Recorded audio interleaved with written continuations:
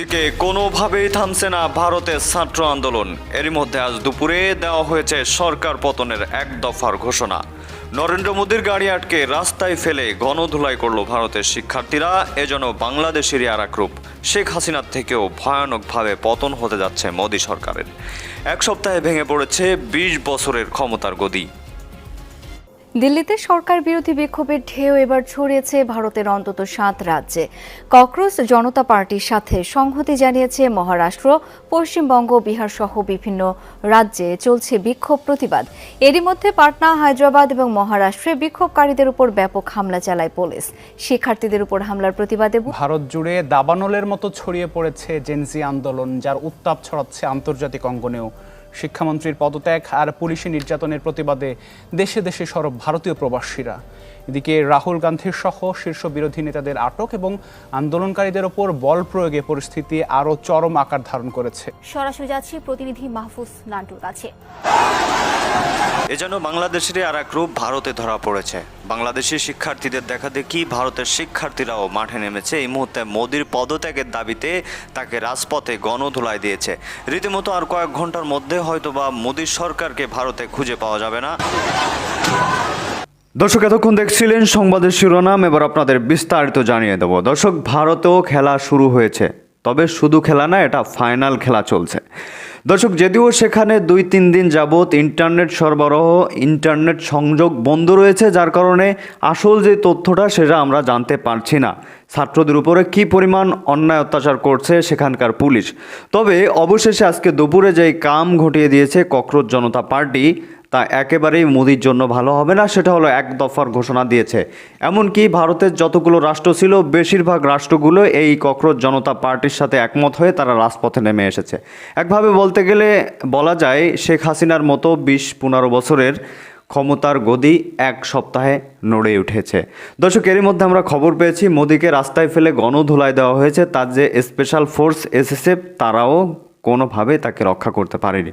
কথা বাড়াচ্ছি না, চলুন কিভাবে দাবানলের মতো ভারতে এই সমাবেশ ছড়িয়ে পড়েছে, বিক্ষোভ ছড়িয়ে পড়েছে, সে বিষয়ে যমুনা টিভি এবং চ্যানেল 24 খুবই গুরুত্বপূর্ণ নিউজ করেছে। আমরা একটু সেটা দেখে আসি, আশা করি সঙ্গেই থাকবেন এবং লাইক দিয়ে আপনার মতামতটাও জানাবেন। তো দর্শক, চলুন দেখে আসা যাক।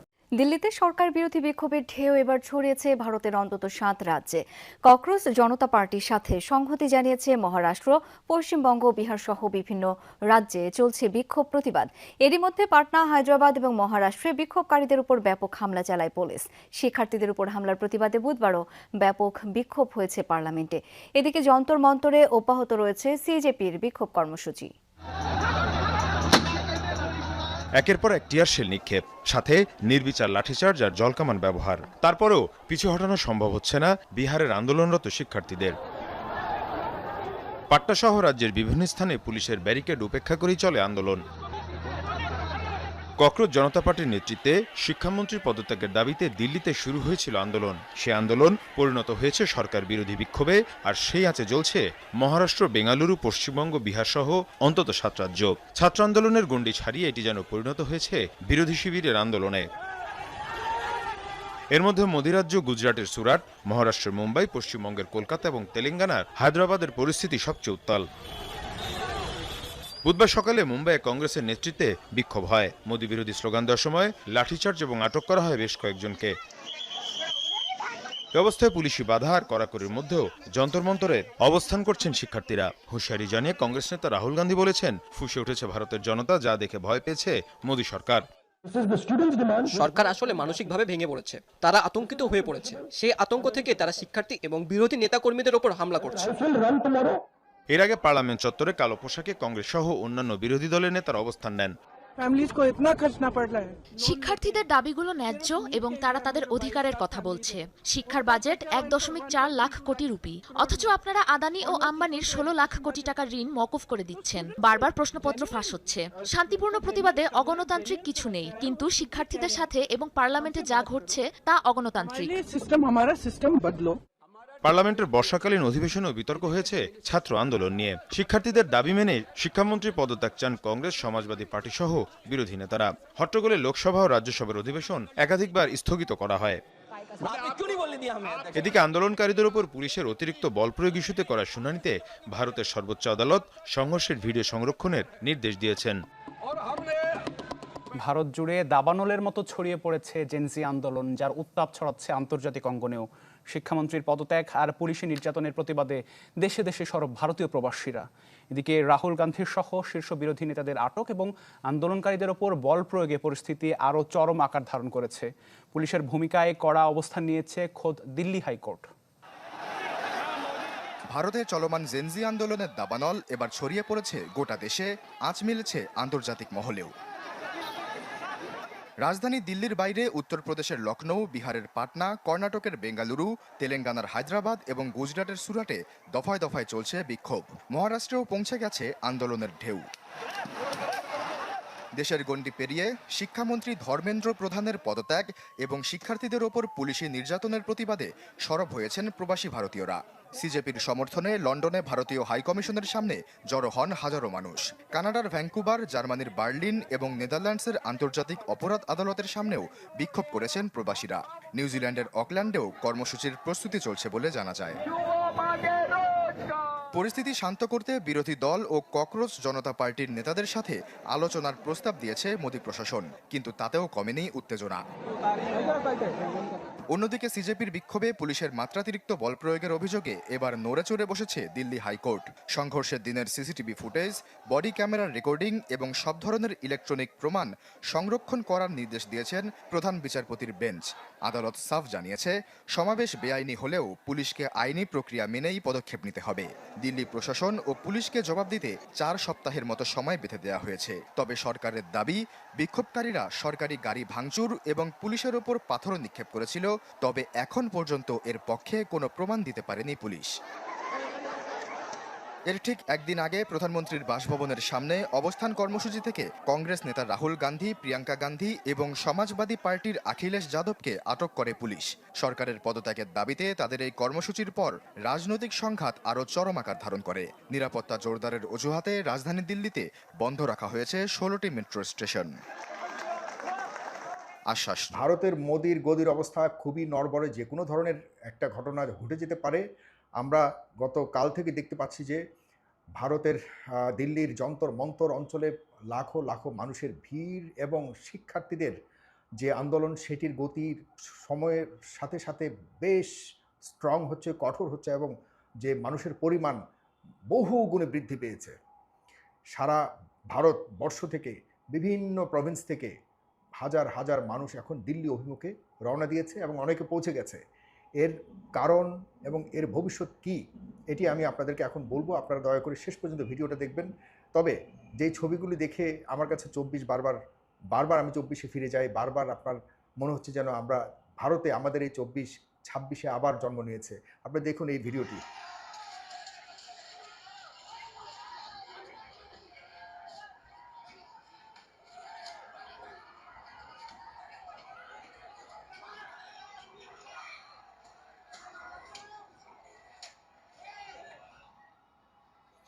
এটি আপনারা দেখেছেন ভারতের দিল্লিতে, মানে মুখোমুখি এখন পুলিশ এবং জনগণ। এই চারটা দেখুন।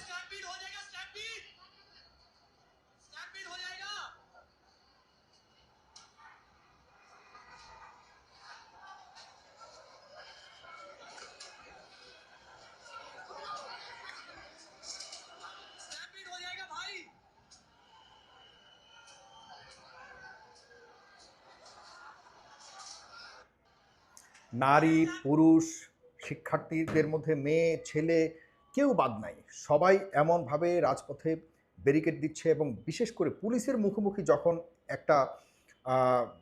একটা বিক্ষোভ এবং বিক্ষোভকারীরা যখন পুলিশের বিপরীতে শক্ত মরণকে ভয় না পেয়ে যখন নিজের জীবনকে বাজি রেখে সামনে দাঁড়িয়ে যায়, তখন এই মানুষদেরকে পেছানো আর সহজ হয় না। যেটি আমরা 24-এর আন্দোলনে দেখেছি। আমাদের শিক্ষার্থীরা যখন বুক পেতে দিয়েছিল যে মারো আমাকে, আমাদের আবু সাইদকে মেরেছিল, সেই থেকে দেখা যাচ্ছে এই মৃত্যুর সংখ্যা মানে সময়ে সময়ে বেড়েছে, হাজার হাজার থেকে 1,500 এভাবে বেড়েছে।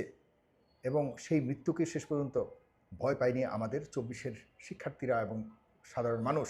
কি বলেছিল পুলিশ? পুলিশ বলেছিল যে স্যার একটাকে মারি আরও যে 3-4টা বসে থাকে তারা নড়েও না চড়েও না, একটা মরে গেলে অন্যগুলি বসে থাকে, তার মানে অন্যদেরও মৃত্যু ভয় থাকে না। এই অবস্থাতে চলে যাচ্ছে দিল্লির বর্তমান ককরোচ পার্টির নেতৃত্বে যে বিক্ষোভ চলছে।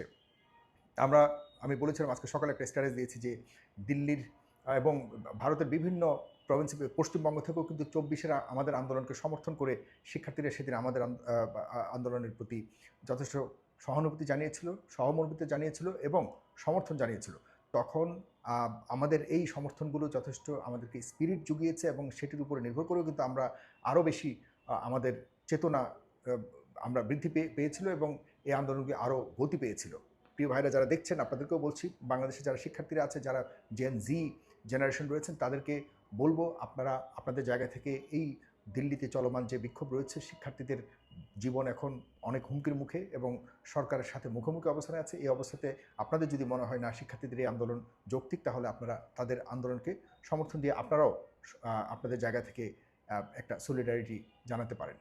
আমি যে বিষয়গুলো বলতে যাচ্ছি, মূলত এই আন্দোলনটি গতকালকে পর্যন্ত শুধুমাত্র যন্তর মন্তরে শুধুমাত্র ককরোচ পার্টির নেতৃত্বেই ছিল এবং সাধারণ শিক্ষার্থীদের মধ্যে ছিল, এবং এটির ভবিষ্যৎটা শুধুমাত্রই হয়তো আন্দোলন পর্যন্তই থাকতো। কিন্তু গতকাল থেকে যখন বিরোধী দলীয় যে শক্তিশালী দলগুলো, যেগুলি কংগ্রেস, তারপরে সমাজবাদী দল, এরপর অন্যান্য যেসব দলগুলি এবং অনেক কেন্দ্রীয় বড় বড় নেতারা যখন যুক্ত হয়েছে, তখন এটি আর সাধারণ কোনো আন্দোলনে নেই। আপনাদের মনে থাকতে হবে, এটি কিন্তু সরকার পতন আন্দোলন নয়। এই সরকার পতন আন্দোলনটা আন্দোলনের ধারাবাহিকতাই কিন্তু সরকার পতন একটা শেষ একটা ইস্যু হয়ে গেছে। আমাদের দেশে যেটি হয়েছে, আমাদের দেশে তো 11 দফা, 9 দফা, এরপর 6 দফা, এভাবে তো এসেছিল 24 আন্দোলনের মধ্যে। এরপর শেষের দিকে কী হয়েছিল? শেষের দিকে 1 দফা হয়েছিল। ঠিক একই পথে হাঁটছে এখন দিল্লির আন্দোলন। সেখানেও কিন্তু গতকালকেও কিন্তু একটা ইঙ্গিত দিয়েছেন রাহুল গান্ধী, কিন্তু বলেছিলেন যে হ্যাঁ, আমরা হোম মিনিস্টারের পদত্যাগ চাই। আবার অনেকেই কিন্তু ভারতের প্রধানমন্ত্রী নরেন্দ্র মোদীর পদত্যাগ চাওয়া শুরু করেছিল। তো এই দাবিগুলি আস্তে আস্তে স্থানান্তর হচ্ছে এবং এগুলি আস্তে আস্তে সরকার পতনের দিকেই যাচ্ছে। এটি হলো বাস্তবতা। এটিই হয়। রাজনৈতিক অন্যান্য যে দলগুলি রয়েছে, এরা তো সরকারের কোনো না কোনো একটা দুর্বলতার সময় জন্য অপেক্ষা করে এবং সেই সময়টি পেলে তারা কিন্তু সময় মতো প্যারেকটা মেরে দেয়, এবং সেই প্যারেকটা এখন মারা শুরু হয়েছে। এবং শুধুমাত্র রাজনৈতিক দলগুলোর যারা নেতাকর্মীরা রয়েছে তারাই নয়, দিল্লির এই আন্দোলনে এখন সাধারণ মানুষেরও কিন্তু সম্পৃক্ততা এবং শিক্ষার্থীরা যারা রয়েছে আন্দোলন করতে, তাদের বাবা মারাও এখন যুক্ত হয়েছে। এবং একজন বাবাকে তো পুলিশ পিটিয়েছে, আপনারা দেখেছেন, সেই ভিডিও ভাইরাল হয়েছে। আমি যে ভিডিওগুলো দেখেছি, যে এগুলিও বেশ ভাইরাল হয়েছে। আমরা খুব সহসায় ভারতের ক্ষমতার হয়তো পরিবর্তন দেখতে পাবো, নাও হতে পারে। তবে যেহেতু একটা মুখোমুখি অবস্থানে চলে এসছে, সেখান থেকে পিছিয়ে যাওয়ার সম্ভাবনা, মানে যেসব বিপ্লবী আন্দোলন হয় অথবা গণ অভ্যুত্থান হয়, এখান থেকে জনগণের পিছিয়ে যাওয়াটা খুব বেশি নিরাপদ হয় না। কারণ তারা জানে যে এরপর তাদের আর ফিরে যাবার কোনো সুযোগ থাকে না। তাদের হয়তো যদি ফিরে যায়, তাদের জীবনের ভবিষ্যৎ হয়তো হুমকির মুখে পড়তে পারে। তখন তারা এগুলি চিন্তা করে আর ফিরে যাবার কথা চিন্তা করে না। তখন সরকার বিভিন্ন কৌশল নেয়। আপনারা জানেন যে ঠিক যেভাবে আমাদের দেশেও পুলিশের পোশাকে বিভিন্ন ধরনের অজানা মানুষগুলো আমাদের শিক্ষার্থীদের উপর হামলা করেছিল, তেমনিভাবে এখন এই ভারতের মধ্যেও এই আন্দোলনের মধ্যে নরেন্দ্র মোদী সরকার সাধারণ অচেনা মানুষদেরকে পুলিশের পোশাক পরিয়ে কিন্তু নামিয়ে দিয়েছে। একটা ভিডিওতে দেখেছি যে শিক্ষার্থীরা বলছে, তুমি তো পুলিশ না, তুমি এই পোশাকে এসছো, তোমার জুতার সাথে তোমার পুলিশের জুতার মিল নেই, তুমি কে, তোমরা কারা, কেন এসছো, আমাদেরকে মারতে এসছো, এই ধরনের কথাবার্তা বলতেছিল এবং সে পুলিশরা কিন্তু স্তব্ধভাবে দাঁড়িয়েছিল। এরপর এই আন্দোলনের সমর্থনে কিন্তু শুধুমাত্র এখন দিল্লি কেন্দ্রিক নয়, আমাদের ঢাকাতেও কিন্তু আজকে ইনকিলাব মঞ্চ দেখলাম তাদেরকে সমর্থন জানিয়ে মিছিল করেছে, লন্ডনে মিছিল করেছে, কানাডায় মিছিল করেছে, বিভিন্ন দেশে কিন্তু এই আন্দোলনের সমর্থনে মিছিল শুরু হয়ে গেছে।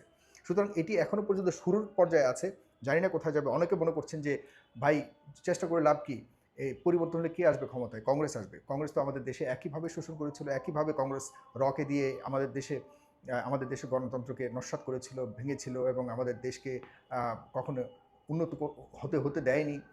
এ ধরনের কথাগুলো সত্য, কিন্তু এটাও সত্য।